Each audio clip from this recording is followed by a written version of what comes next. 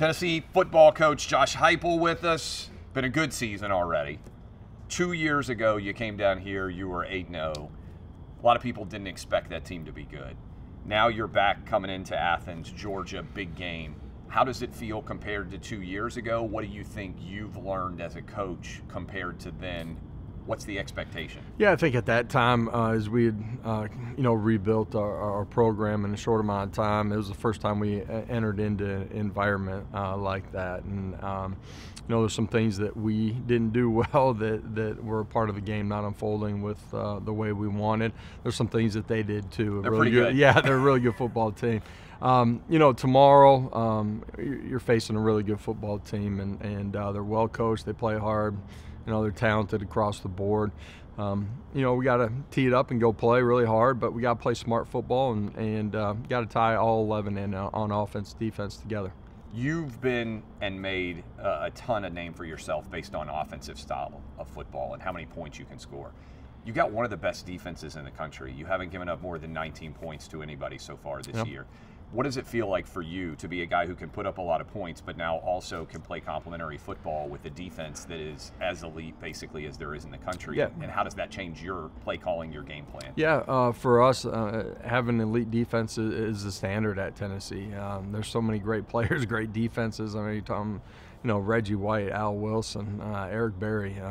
The list goes on and on of elite players. And there's some circumstances when we took over that we had to navigate in building our roster, and we've been able to do that. And you pair that with what our coaches have done. Coach Banks has done an unbelievable job, scheme, fundamentals, technique, our assistant coaches, and they got all 11 playing extremely well, and we're going to need that from them tonight, and looking forward to it.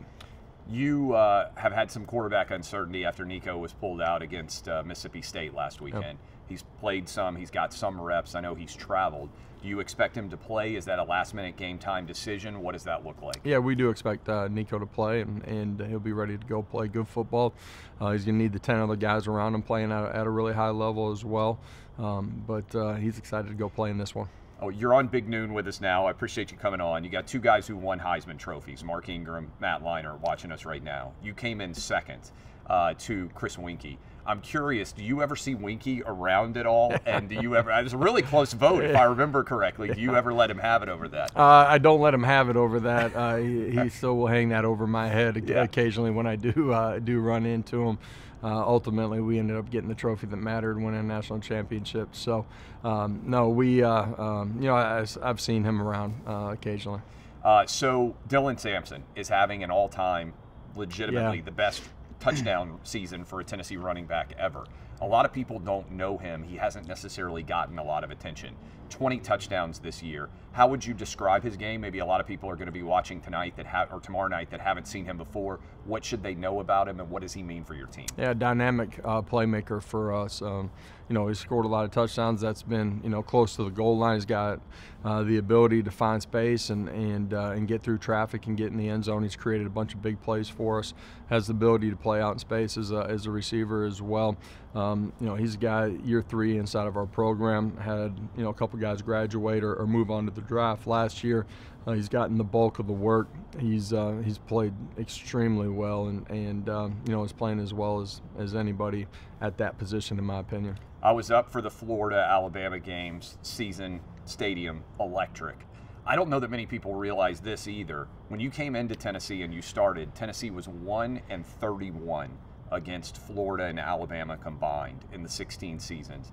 You're now 4-2 against Florida and Alabama. What does shifting that narrative mean for you and for the program? I mean, that's the expectations inside of our walls. That's what we work towards every day, our players have bought into the process of becoming their best and ultimately making us our best.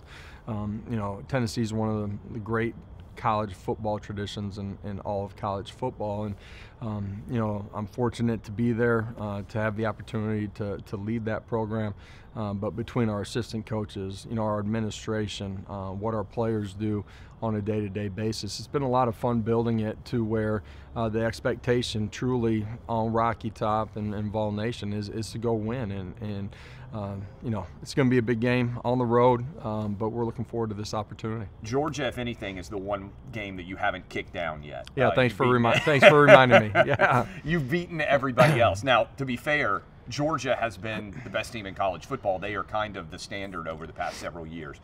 What makes them the standard in your mind when you watch them on film, when you watch what they've done? Yeah, they got a great competitive makeup. They're extremely talented. They play well within the scope of their schemes. They're coached extremely well. You tie all that in together, and you got to go earn it. You got to go take it in a game like this, and that means doing some ordinary things at a really high level. You can't hurt yourself. You can't play behind the chains. You can't give them big plays offensively. And then in competitive situations, you got to go make plays too. You've got a lot of guys in the hotel tonight getting ready for a big game. It's late in the day. Big boxing match tonight. I grew up a big fan of Mike Tyson. I don't know if you grew up a big fan of Mike Tyson. Yeah. I'm curious for you. I know you've done a ton of prep. I know all these guys have done a ton of prep. Do you think people will be watching the fight tonight? The guys might. I'm not going to be. You will have no idea what I've watched a lot of Mike Tyson's fights. Some of them lasted a lot shorter than what I paid for back in the I remember, day, trust me. On old pay-per-view. But, yeah, those are. That's not the way you chill the night. You're not dialing out. Not tonight. So coaches are different. Are you still watching game film tonight, like getting last minutes? What's the night before a game general standard? Yeah, I'll go back and rewatch a couple of games just in the flow of it, and you know, go back through some situational things and continue my preparation. And you know, we want our guys to get away from it and relax a little bit. A lot of them will hang out with their families tonight as they come for the game tomorrow, and at the end of it, it's important that they get back in it and you know, visualize the plays that they got to go make, get into their tips and reminders, and then get a good night's sleep. You mentioned Nico's going to be playing tomorrow. He seems to have progressed a great deal over the course of this season. Still a young quarterback. I think this is only going to be his 10th start, roughly, in his career. What have you seen him grow doing? What does he need to grow more on? Yeah, Nico's made a lot of plays for us as a young player at that position. There's going to be growth. You know, he's handled everything that's gotten thrown at him in a really positive way throughout the course of the year. He's a fierce competitor. He's resilient. He's tough. He's able to adjust throughout the course of the game to the different structures that he's seeing. You know, as a young player inside of this league, having the ball in your hands, you know, he's just going to continue to grow and get better with every rep that he takes. Really proud of what he's done.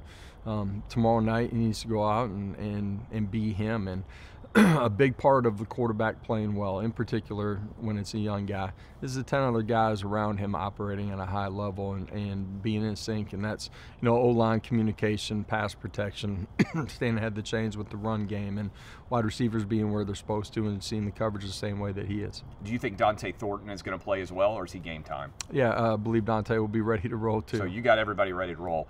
Last question for you. It's a new era. Everybody's debating the 12-team playoff. 4-team playoff is one thing. Do you talk to the guys very much about the idea of the 12-team playoff? Does that change the way you prep in a season basis? What's that like from a coaching perspective? Yeah, our guys are aware of a 12-team playoff, right? Yeah. They hear it all the time or see it. We try to live in the present, the here and the now, and you know, prognosticators are going to talk about the what-if scenarios and, you know, probabilities.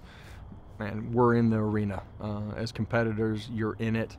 We got to go make it happen, and tomorrow night's you know, the next opportunity for this team to take a step forward, and excited to go play with them. You're watching us right now on Fox, so maybe some of the people out there have not watched Tennessee because the games have not been on Fox, but if they're watching tonight, it's going to be the biggest game. Big Ten getting a lot of love right now for the top 5 in those playoff rankings. For people right now who maybe haven't been paying attention to the SEC, what should they know about the style of play in this year in the conference? Because I think Texas is up there in the top 5, but otherwise, a lot of guys, 10, 11, 12, Ole Miss, Alabama, Georgia. How good is the football? Can anybody compare? You've coached all over the place. How would you assess SEC football this year? Man, it's elite. There's a lot of parity within it. Every Saturday, you got to strap it on and be at your best. The depth of the league and, you know, what you're seeing at the line of scrimmage every single Saturday, and the skill players, and college football as good as it gets. I know I said last question twice, but I do want to mention this. Oklahoma, you went back and got the big win. You also lost your mom. You're not a super emotional guy. Yeah. I saw you after that game. How tough was it for you personally to get ready for that game, going back in there with all those memories of your family and having that experience on that field? It really struck me that for you, who is not a super pretty emotional, pretty even keeled, like Yeah. it got to you a little bit at the end of that game. It was unique for me to go back to Norman, Oklahoma, with all my family, a lot of friends too, and my mom having passed away, and that was a game that she had circled. She didn't circle many of them, but she had circled that one, and to go back and be there and wanted to get a win, but just to be back there as well, it was a unique experience, and just the team, how they handled it. It was a really cool experience. Good luck tomorrow, Coach. Big game. I know everybody's going to be watching, and I'll let you know how the fight comes out tonight. All right. I'm going to be watching. I'm a little less stressed than you are. I appreciate it. Thank you.